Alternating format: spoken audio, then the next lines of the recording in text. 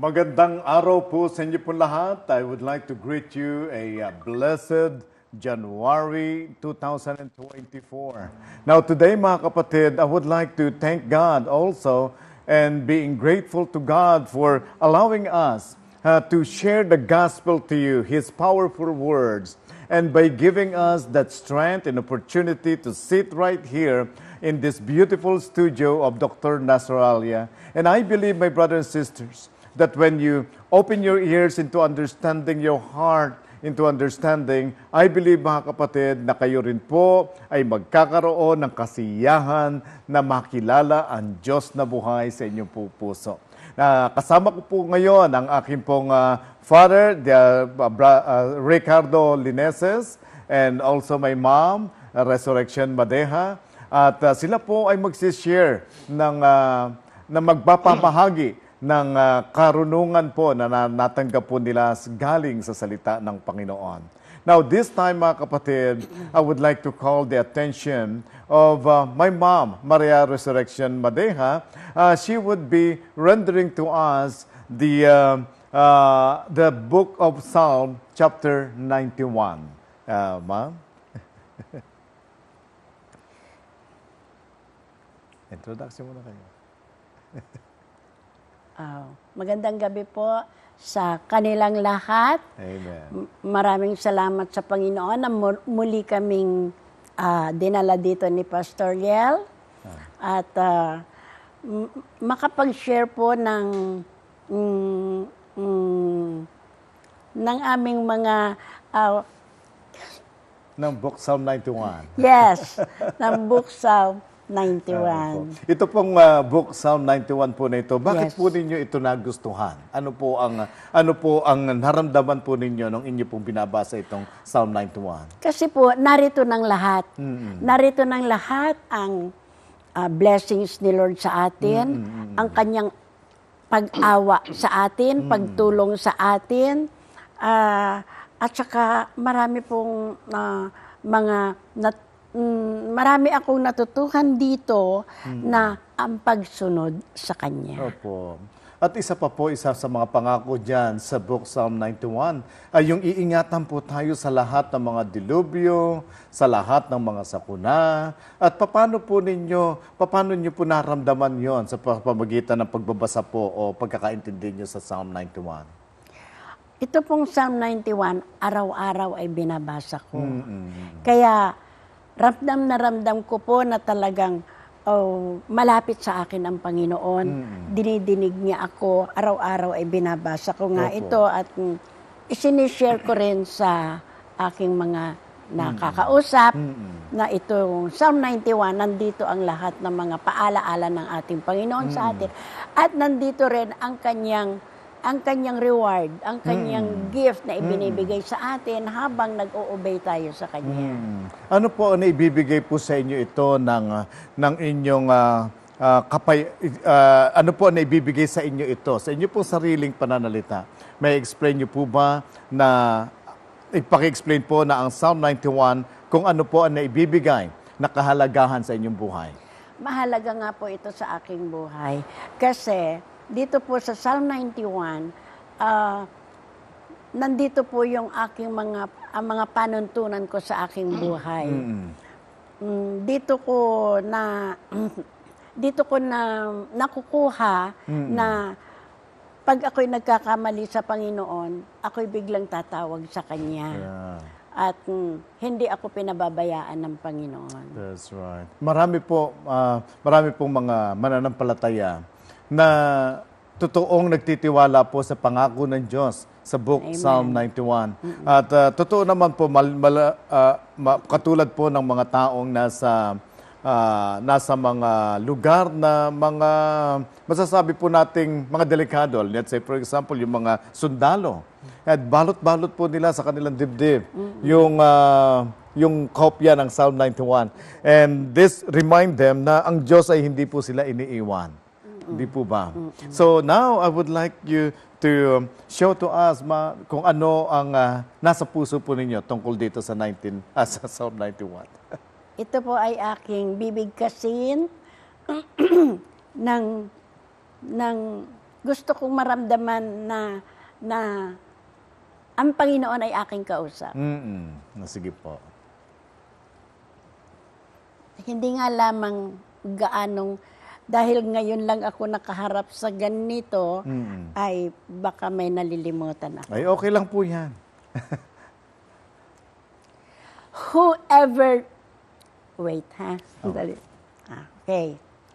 Whoever goes to the Lord for safety, whoever remains under the protection of our Lord Almighty, can say to Him, "You are my defender and protector. You are my God. In you I trust."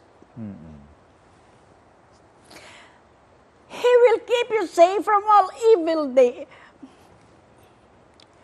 He will keep you safe from all evil, from all hidden dangers, and from all deadly diseases. He will cover you with His wings. You will be safe in His care. His faithfulness will protect and defend you. You need not fear any dangers at night.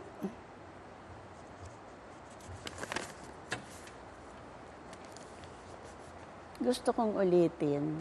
Tuloy-tuloy niyo lang po. You need not fear any dangers at night. Or sudden attacks during the day. Or the plagues that strike in the dark. Or the evils that kill in daylight. 1,000 may folded beside you. 10,000 all around you, but you will not be harmed. You will look and see how the wicked are punished. You have made the Lord your defender. Amen. The Most High your protector. And so, no disaster will strike you. No violence will come near your home.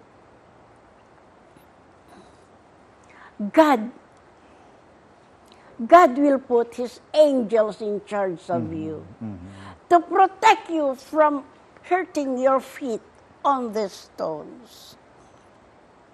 They will hold you up with their hands to keep you from hurting your feet on the stones.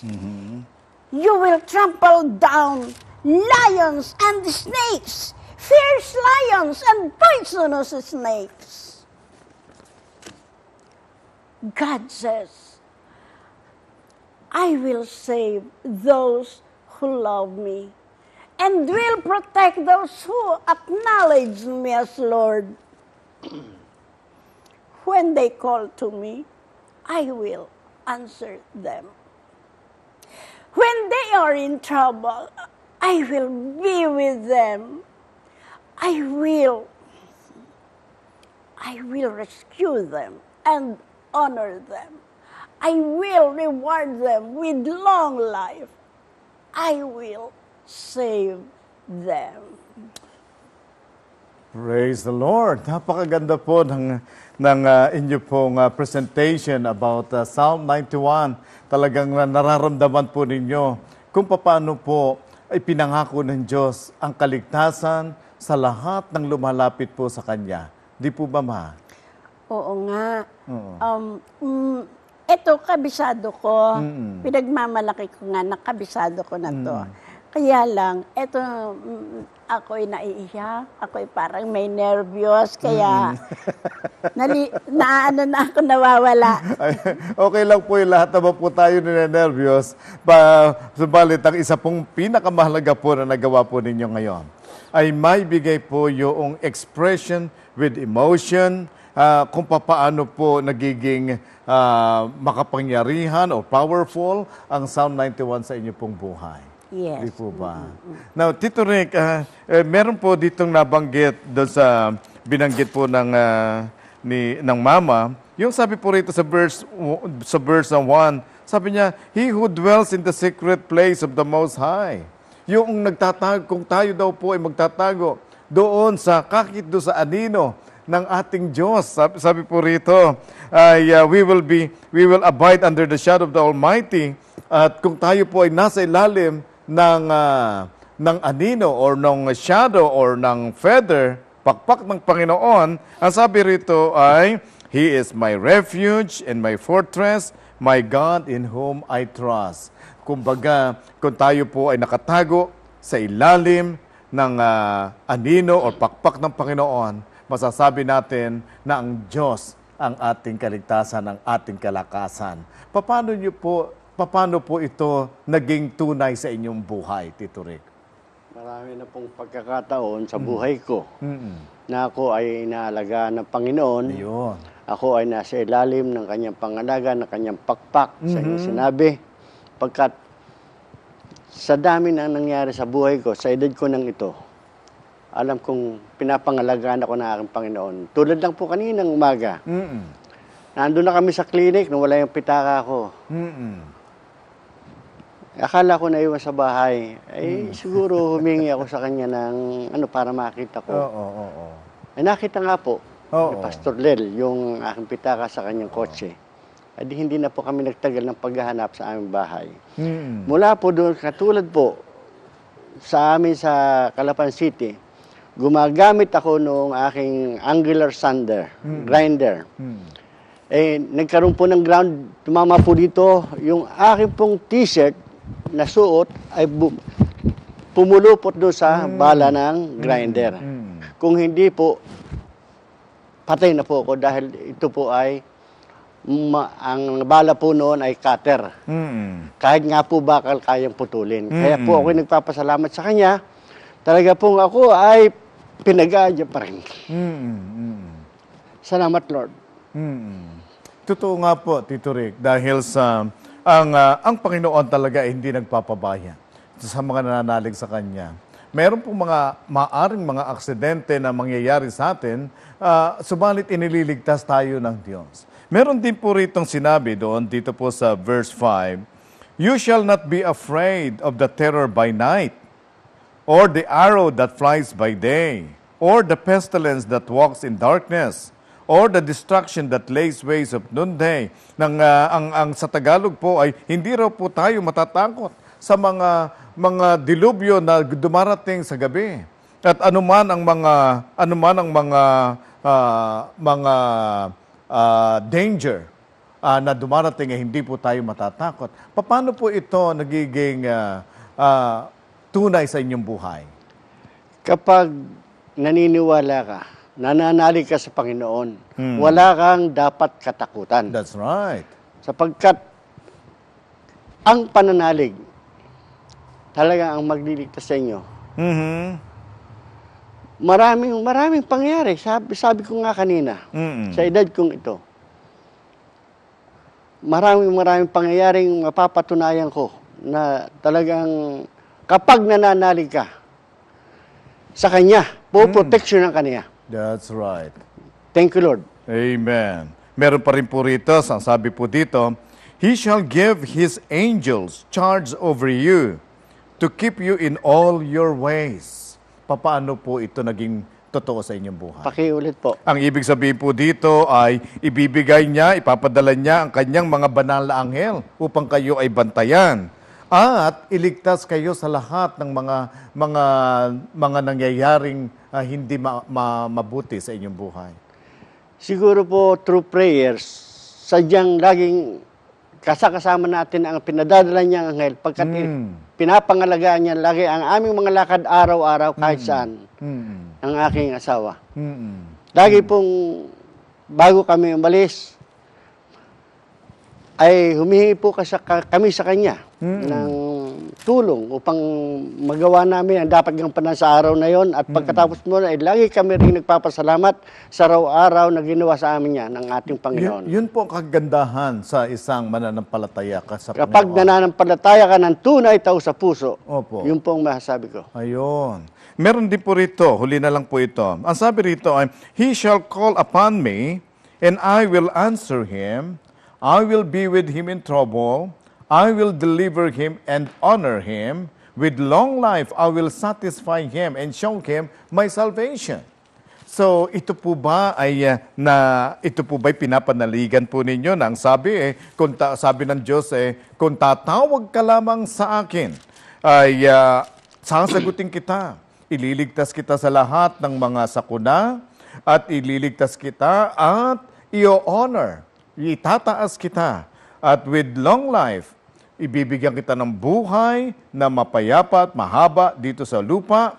And show Him my salvation at ipapakita po niya sa inyo ang kaligtasan na binibigay po sa inyo. Paano po ito naging totoo sa inyong buhay?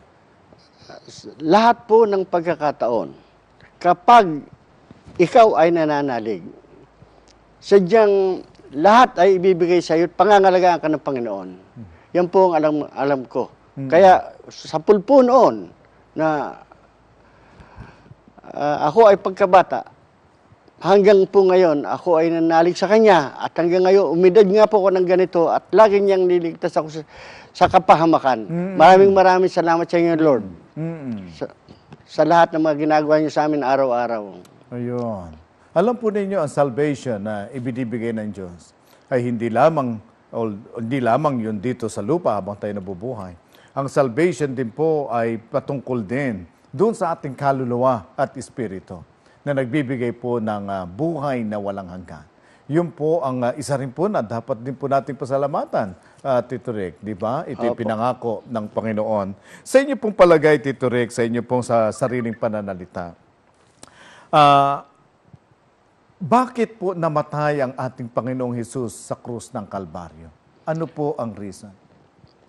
Sa kadahilanan po na siya'y pinadala ng Amang Diyos dito sa lupa at nagkatawang tao siya, tayo siya ang tumubos sa ating mga kasalanan na ginagawa sa ating Panginoon. At iyon po ay nakinabang po lahat ng tao na mga mananalig po sa Kanya. Totoo po yun. At saka hindi po masasayang ang oras po ninyo sa panalangin, hindi nasasayang yung oras ninyo sa pananalig dahil ang Panginoong Hesus ay namatay na upang tayo po ay tubusin. Now, sinabi po ninyo rito sa Psalm, sabi rito sa verse 3, surely He shall deliver you from the snare of the faller and from the perilous pestilence. Ito po ay binanggit po ninyo kanina ng may kumbaga meron pong expression ng inyo pong emotion. Ano po? At nakita ko po yung inyong galaw ng kamay ay nagpapakita po ito ng patotoo na ang Diyos ay buhay sa inyo at diniliber po kayo sa lahat ng mga pestilence at lahat ng mga dumarating na dilubyo. Ano po ang mga dumating po sa inyo na maaaring masasabi po ninyong iniligtas kayo ng Diyos? Marami pong bagay. Siguro, maaring yung... Kayo po ba ay nagkaroon na ng COVID noong time ng pestilence? Wala nga po. Ayun ang naging maganda po ron, ano? Isa po yon sa masasabi po natin na totoo ang verse 3 na ito na sa inyo pong buhay. Ang sabi po kasi rito na He shall deliver you from the perilous pestilence. Meron akong isang naalaala. Sige po. High school ako noon. Nauso ang flu, trangkaso sa bahay. Marami sila nandun sa bahay. Parang style COVID din po yun, noong time na yun. Ay nagkahawa-hawa na sila. Palaging ako ang tinatawagan, pahingin tubig, paabot noon. Mga nakahiga ng lahat. Pero hindi ako binigyan ni Lord ng hawa ng sakit nila. Pero lahat sila talaga meron. Ako yung ikot na ikot. Oo, meron po mga ganun po dahil alam ng Diyos kung sino ang kanyang gagamitin para mag-alaga doon sa mga may karamdaman. At meron pong laging isang nag-i-stand out na gagamitin ng Diyos para doon sa mga mahihina. At hindi naman po nangangahulugan na paborito tayo ng Diyos dahil hindi tayo nagkasakit. Ano po? May purpose lamang ang Panginoon. Bakit hindi po kayo nagkasakit nung time na yon? Subalit, ang pangako ng Diyos, kung kayo naman ang magkakasakit, meron din namang isang tao na gagamitin ng Diyos para naman kayo po'y alagaan. Na po? So, alam ko na ang Diyos ay hindi nangako ng hindi tayo magkakasakit. Ang pinangako niya, hindi niya tayo iiwan kahit na magkasakit tayo at hindi niya tayo pababayaan. At unang-una, lahat ng ating karamdaman at mga peste sa espiritual na pangangatawan, tulad halimbawa peste ng kasalanan at karamdaman ng sumpa, yung mga sumpa po parang peste yan at karamdaman yan Pinagaling tayo ng Panginoon doon. Kaya nga sabi po doon sa Romans chapter 8, if you are in Christ, there is now no condemnation. Wala na pong condemnation na binibigay sa atin ng Panginoon.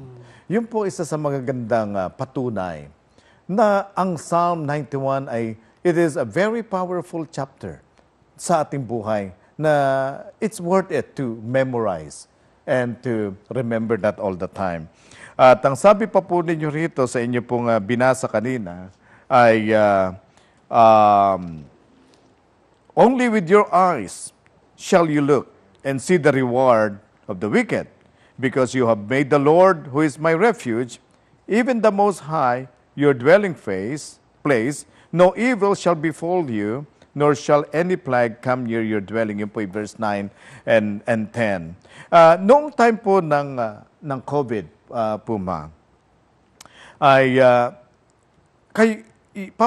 during that time, ano po ang level ng inyo pong pananampalataya? Kayo po ba ay minsan nagtatanong sa Panginoon, bakit nagkakaroon ng ganito? Bakit nagkakaroon ng ganyan? Kayo po ba ay nagkaroon din at takot na baka kayo po ay kuhanin ng Diyos during that time ng COVID? Meron po ba kayong pakiramdam na gano'n? Wala Hindi ko inisip yun kasi alam kong iniingatan ako ni Lord. At never kong inisip na ako'y magkakasakit dahil nasa pag-iingat din naman ako. Amen. Amen. Mga pagkain. Kasi pangako po ng Panginoon dito, no evil shall befall you, nor shall any plague come near your dwelling. Isa po sa mga bagay, mga kapatid, na tayo po ay magtitiwala sa Panginoon, ay ang Panginoon ay hindi niya tayo iiwan at pabayaan. Ang salita ng Diyos ay makapangyarihan.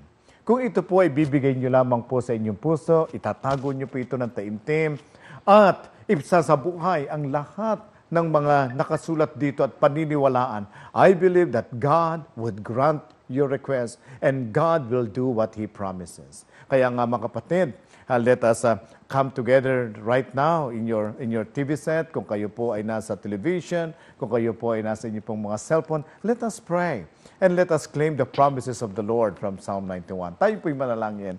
Maraming salamat po, Panginoon Diyos, na Ikaw po, Panginoon, ang nagbigay ng kaligtasan, kalakasan, at pagliligtas sa lahat ng mga pagsubok at dilubyo sa aming buhay. And I pray in the mighty name of our Lord and Savior Jesus Christ, that if you are experiencing and facing some kind of storms in life and also challenges in your spiritual life, I pray in the mighty name of Jesus that the promises from the book of Psalm 91 would come upon you and would restore you into a good spiritual standing before the Lord, and your sickness and disease in your physical body would also be healed. And from now on, by the power of the mighty name of Jesus, you would be His child, you would be His daughter and son, now and forever, in the mighty name of Jesus Christ. This is our prayer. Amen and amen. Amen. God bless you, mga kapatid. Amen.